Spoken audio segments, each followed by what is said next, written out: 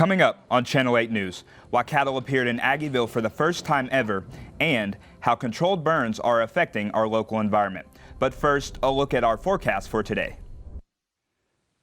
Looking at the weather in Manhattan today, going to be in about the upper 50s, mostly cloudy outside, with a rain chance just a little over 50%. I'll have more on the full forecast later in the show.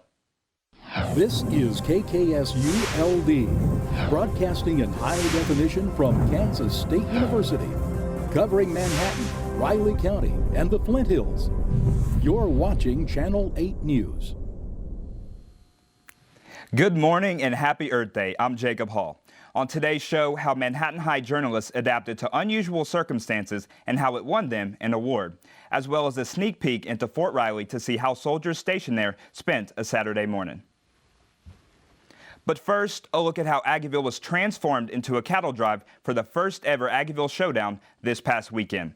Reporter Cameron Bradley took to the streets to hang out with some cows, while also finding out how this unique event in the heart of Manhattan came to be. Last weekend, a block of Morrow Street in Aggieville was closed off to host one of the newest and perhaps the most unique event in the Aggieville district in quite some time. Cattle. That's right. Cattle were brought in for the first ever Aggieville Showdown on Saturday evening, an event that has been in the works for well over a year now. And when the idea was brought up, Aggieville Business Association Executive Director Dennis Cook was on board. I'm a firm believer in, you don't just always continue to do the same things over and over again. You know, my first reaction to it, and I go, this is fantastic. This is a fun deal, that, just kind of sets us apart. And it's going to bring people into Aggieville that haven't been in. Saturday's event wasn't just special because of its location, though, as it was the brainchild of recent Kansas State graduate Christian Callahan, who thought up the event with a group of friends over a summer internship in Manhattan. We thought of what's something unique and different we could do with a livestock show while also helping the local economy and also give exhibitors something new and exciting and educating the general public. And it was clear to us when we looked down the street, man, it would be so cool to have a grand drive in the center of Aggieville. The Aggieville Showdown is taking place right behind me, where cattle are being judged for multiple awards, with over $5,000 in cash prizes. But it was more than just a cattle show, though, as there was also live music, a fashion show, and multiple vendors at the event. For Callahan, being able to give back to the community that he spent his college years in made all the effort worth it. To us, it was a no-brainer to have the event here with Aggieville. There's just so many special local businesses, and the people here in Manhattan is what truly makes this event so great. For Cook, events like these are helping Aggieville businesses after dealing with the effects of the COVID-19 pandemic. More and more, we are seeing businesses really coming back strong. For Channel 8 News, I'm Cameron Bradley. The estimated crowd for Saturday's Aggieville Showdown was between 200 to 300 people. Those in attendance saw Madison Lauschke win grand champion in showmanship, Dax Siebert win grand champion in the market steers division, and Jackie Slichter win grand champion in the breeding heifer division. Manhattan High School journalism students started making live streams at the beginning of the year. For family and friends, the live streams were perfect for people who couldn't attend the events. Channel 8 reporter Madeline Emerson has more. Journalism students at Manhattan High School weren't able to use their new live streaming equipment in the spring of 2020, but it was ready for them to use when they came back to school in the fall. We got it last year before COVID, then COVID happened in quarantine, and then new people came in. We had to basically learn how to use it, how to operate it, and how to live stream. The video teams were planning on doing live streams this year, and with the COVID-19 pandemic, it was in demand now more than ever. Now that COVID did happen, it became like a big deal now because people can't show up to events, and people are looking to at us a lot to live stream things so they can watch it at the comfort of their homes. Journalism teacher Christy Knipe says the timing was perfect for actively starting the live stream. So it just happened that it came at exactly the right time when we needed to live stream so many of our activities in order for there to be an audience for them at all. That was accidental, but a happy accident. Throughout the year, live streaming teams have filmed several events at the high school and at the middle school. Events range from pageants to sporting events like this one.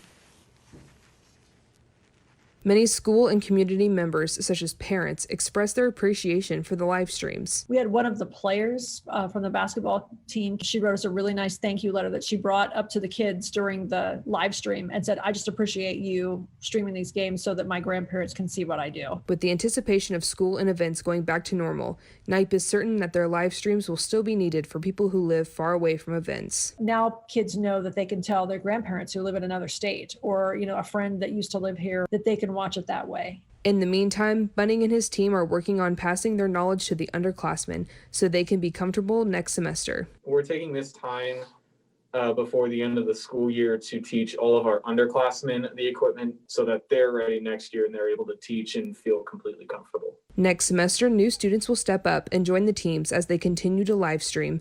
In Manhattan, Madeline Emerson, Channel 8 News. Manhattan High School's live stream teams won first and second place in the sports play-by-play category at the Kansas Association of Broadcasters Student Awards. During the month of April, the city of Manhattan can expect to see an increase in burning. Many will notice the smell or the flames in the distance. But why is burning a thing, and what are the environmental impacts that come along with burning? MHK All Day reporter Bailey Short has more.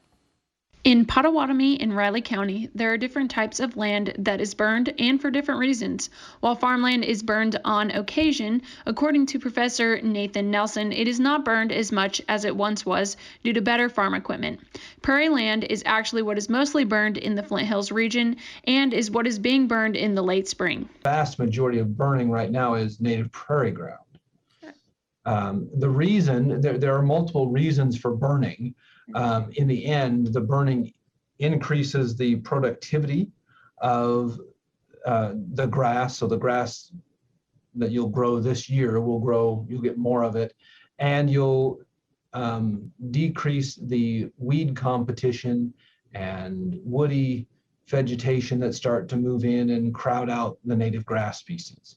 So you get a better, more productive stand of grass, which is healthier for the cattle and can produce more cattle and things like that. In the month of April, due to an increased amount of burning, there are additional restrictions in certain counties that limit what burning can happen. Burning that will continue to be allowed include agricultural related to the management of prairie or grasslands. Along with these restrictions, there are other restrictions when it comes to burning. It has some open burning regulations. The main focus of those, though, is you cannot burn and put smoke across a major highway due to safety. You cannot burn and put smoke onto an airport due to safety. Burning that is not allowed in the month of April include land clearing debris, crop residues, construction debris, firefighter training burns, and yard waste. Grasslands like this one are burned every year to keep desired vegetation, maintain the prairie's ecosystem, and reduce wildlife severity. While burning is necessary to preserve the grasslands, there are environmental impacts. The biggest impact, according to Professor Clint Owensby, are pollutants. Larger particles fall out rather quickly. The smaller ones remain in the atmosphere and can be transported to urban areas adjacent to the Flint Hills region of Kansas. So particulate matter is one. While there are some alternatives to burning cropland, when it comes to prairies and grasslands, burning is the most effective way to preserve the ecosystem, according to Professor Clinton Owensby. In Manhattan, Bailey Short, MHK All Day.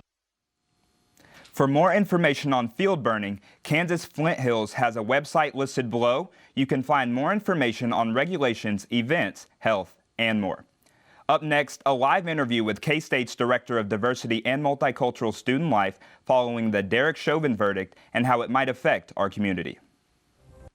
It's like a purple front has kind of moved into the stadium. Beautiful day and music's loud. The fans are on their feet. Willman crushes it to left, and K-State leads 8-1. The 1-2, a swing and a miss. Creeps it to center, long run for Mertz, he can't get there. K-State has added 5 here this 6th inning. K-State will run the option. Here's Skylar Thompson. He walks it in. Walks it in for Antonio Gordon. Here's the shot and it's good. And it is Kansas State, courtesy of Brent Carlson. Side of the box, crossing, wide open, the shot. Thompson right away. That ball is gone. She gets the ball back, goes up strong, scores, and one.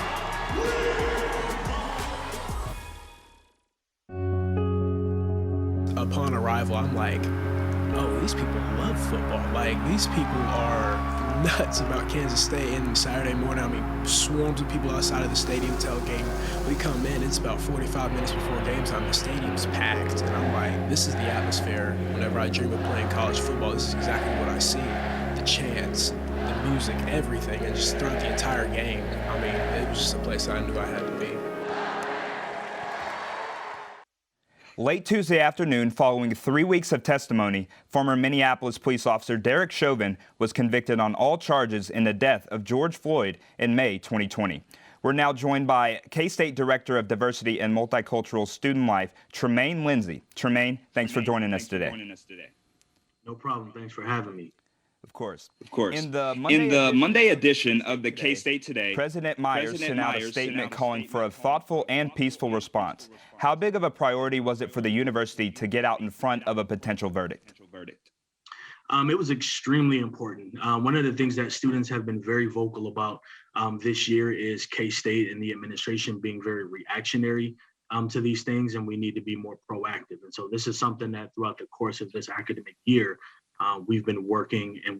Myself and other individuals have been working with senior leadership to make sure that we are practicing and creating opportunities to be a little bit more proactive and not just wait for a response. And so will that continue along into the future? That is the goal. Again, having conversations with students and multicultural student populations, marginalized student populations, wanting to see a lot more of that. And so that is the goal, is to try to be out in front of these things to let students know that we are actively engaged and actively working to make, do what we can as a university to make things better. So along those lines, at 3 p.m. tomorrow, Diversity and Multicultural Student Affairs is hosting a vigil as well as a Meet the Therapist event. Was this something recommended by students, and is it something that you can see continuing in the future?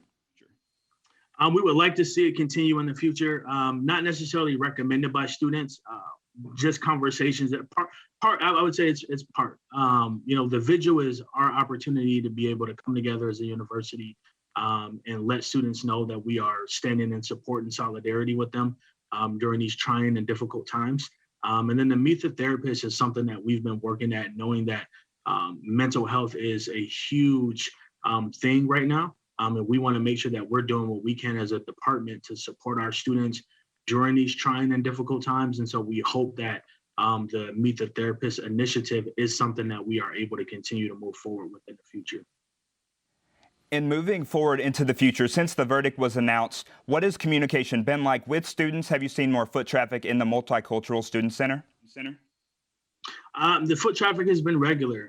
What I would definitely say is for some of the students that I've engaged with since the verdict and even that were around when that verdict was laid out was a temporary sense of relief, knowing that we have a much bigger hill to climb. It's really one of those things where it's, okay, justice was served in this particular case, but we still have a lot more to do. Thanks, Tremaine, again for joining us. Coming up next, rain is in the forecast, what you should expect from a potentially cloudy weekend, and how a Manhattan attraction is keeping operations going amidst uncertainty.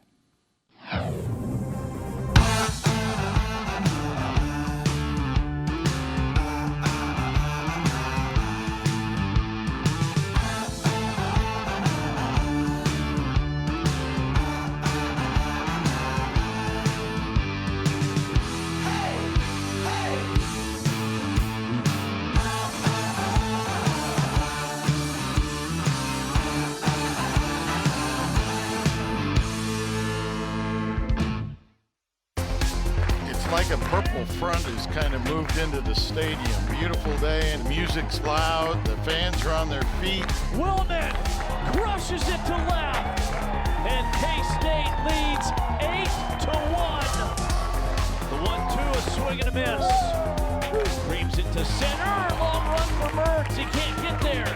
K-State has added 5 here this 6th inning. K-State will run the option. Here's Skylar Thompson. He walks it in. Walks it in for Antonio Gordon. Here's the shot of the step. And it is Kansas State, courtesy of Brent Carlson. Side of the box, crossing, wide open, the shot. Thompson right away. That ball is gone. She gets the ball back, goes up strong, scores, and one.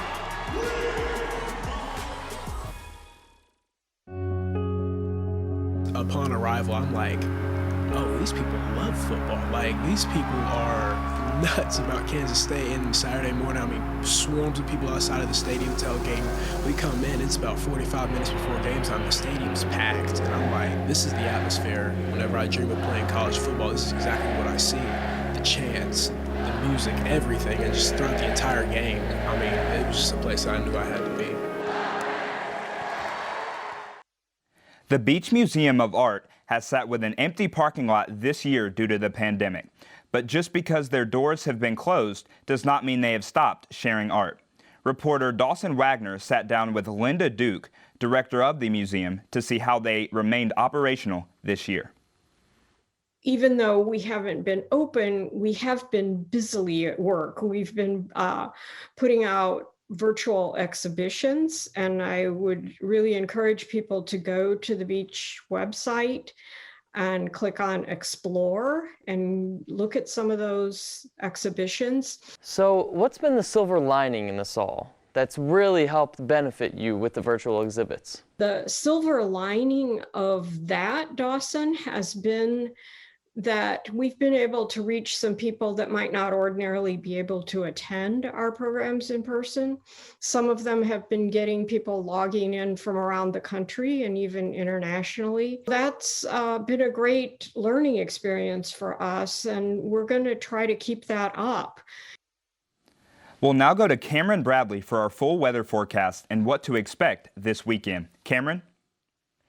Thanks, Jacob. I know we had that freeze on Tuesday, but throughout the United States today, at least, it's going to be pretty seasonable. Taking a look at the eastern seaboard, going to be in the low 50s. That's where you're going to find your lower temperature of the day. Now, you want to find your highs, you're going to have to go down in the Arizona, Texas area. Mid 80s, low 70s down there. Going to be pretty nice throughout the day.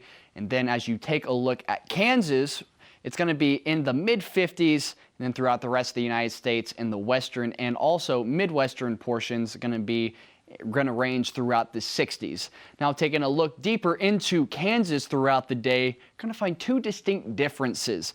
On the eastern side of Kansas, you're going to find a little bit more rain compared to the western portion, and the temperature is going to range in between anywhere in the 50s. Now as you look at the western part of Kansas though, still going to have a small chance of rain, but a less chance than on the eastern side of Kansas. Going to be partly cloudy, and as you look down there in the Morton County area, you're going to find your high of the day there in the low 60s. Now taking a look at our 24-hour forecast in the Manhattan area, going to be mostly cloudy throughout this evening and into the night. 46 degrees to start your evening, and then to wake up, still going to have those clouds in the sky and a higher chance of rain there in the morning. Mid 50s to start your day, and with that chance of rain, might want to grab a jacket as you leave for work or classes. Also, in the Friday afternoon area, it's going to be a little bit nicer, 61 degrees, but still that chance of rain is there throughout the day, going to be about the upper 50 percentile for that chance of rain. Now taking a look at our 5-day forecast. On Thursday and Friday, of course, we were talking about that rain, and those temperatures are going to range in the upper 50s, lower 60s. But as we transition into the weekend, that rain should leave the state, and we should be in for some higher temperatures and some more sun. On Saturday, going to be a high in the mid 60s and a low in the low 40s with some partly cloudy skies. Transitioning to Sunday, the temperature is going to continue to go up. We're going to reach the 70s there on Sunday with a low only in the lower 50s. And then to start the week on Monday, we're going to get very close to that 80-degree mark. Upper 70s there to start your day on Monday and some more partly cloudy skies. So a great way to start the week. Jacob, that's all that I have for weather. Back to you at the desk. Thanks, Cameron. Up next, how a fishing competition offered a peaceful Saturday morning for Fort Riley soldiers.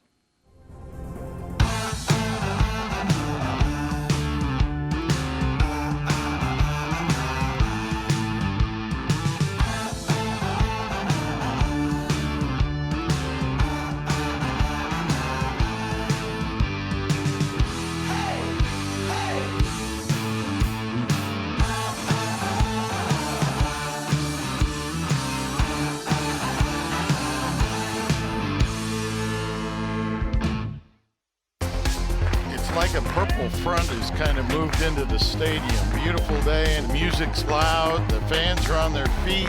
Willman crushes it to left. And K-State leads 8-1. The 1-2, a swing and a miss. Reams it to center. Long run for Mertz. He can't get there. K-State has added 5 here this 6th inning. State will run the option. Here's Skylar Thompson. He walks it in. Walks it in. Antonio Gordon. Here's the shot and it's got it. And it is Kansas State, courtesy of Brent Carlson. Side of the box, crossing, wide open, the shot. Thompson right away. That ball is gone. She gets the ball back, goes up strong, scores, and one.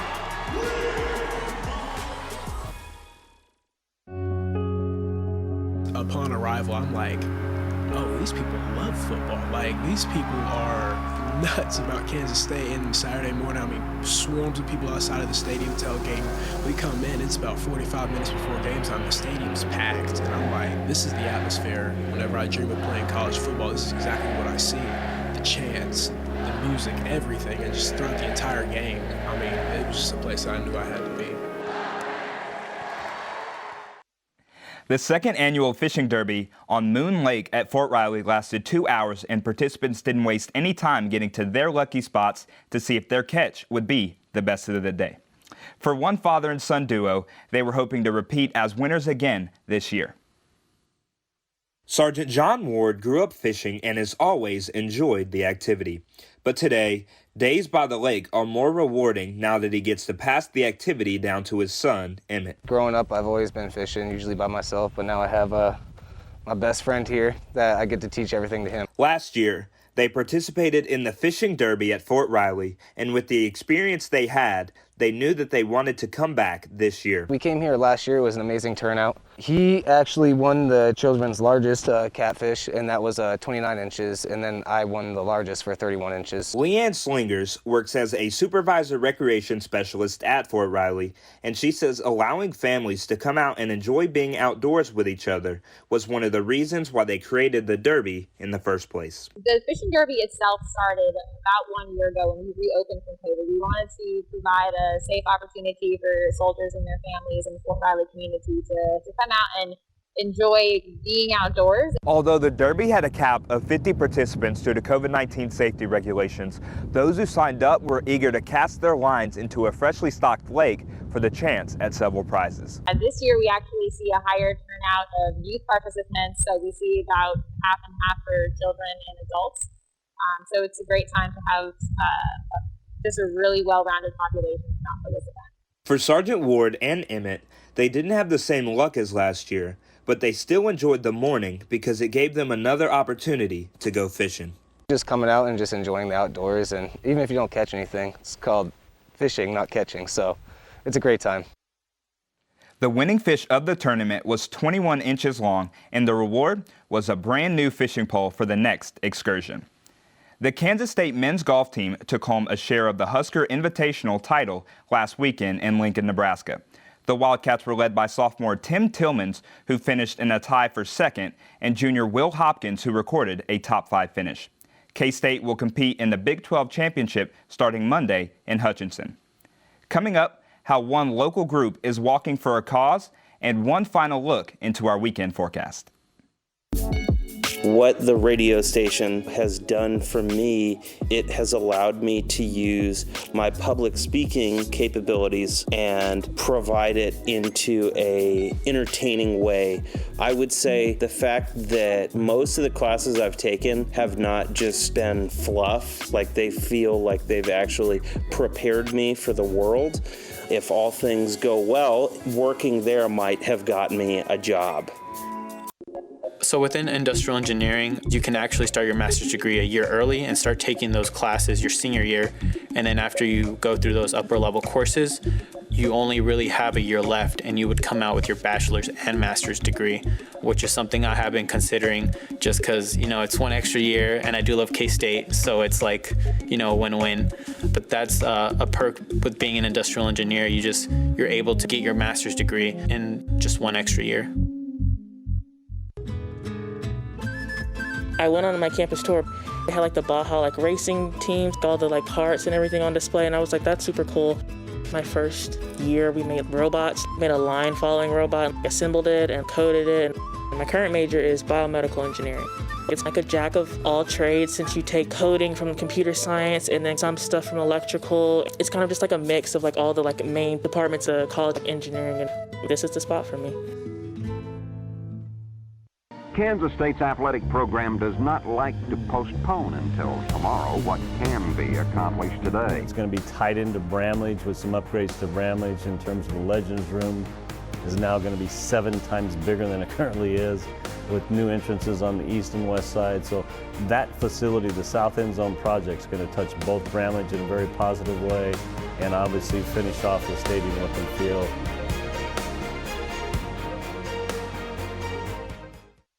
In commemoration of Sexual Assault Awareness Month, Wildcats will be walking from City Park to Bosco Plaza tomorrow, where they will hear from Vice President of Student Life Thomas Lane and many others. Sarah Haggard is helping to set up the event. So the walk is in celebration of a social media campaign called Don't Wait K-State, and I have multiple maps of the route on that Instagram account. Although the route we're taking, we're going up from that area of City Park, through Aggieville and down Anderson Avenue. And then we're going to go up through that roundabout that leads up where the Union is on your right, through that roundabout, and then just walking right into Bosco Plaza. The walk will take place from 4 to 5 p.m. tomorrow. We now go to Cameron Bradley to know what Mother Nature has in store for us this weekend. Cameron? Taking a look at your weekend forecast, going to start out with some rain on Friday, but that sun should begin to peak out on Saturday, transitioning into Sunday, which should be the nicest day of the weekend in the low 70s. Should be a fantastic spring weekend. Back to you at the desk, Jacob. Thanks, Cameron. Every year, people all over celebrate Earth Day with the desire to do something good for the earth and the environment. But what does that look like, and what can we do? You can get some friends and plant a tree, practice recycling, or volunteer for a cleanup in your community. Earth Day is a great reminder that our special planet and place, and practicing all these daily things can really make a difference. We appreciate you for tuning in this week, and we hope to see you right back here for more on Channel 8 News.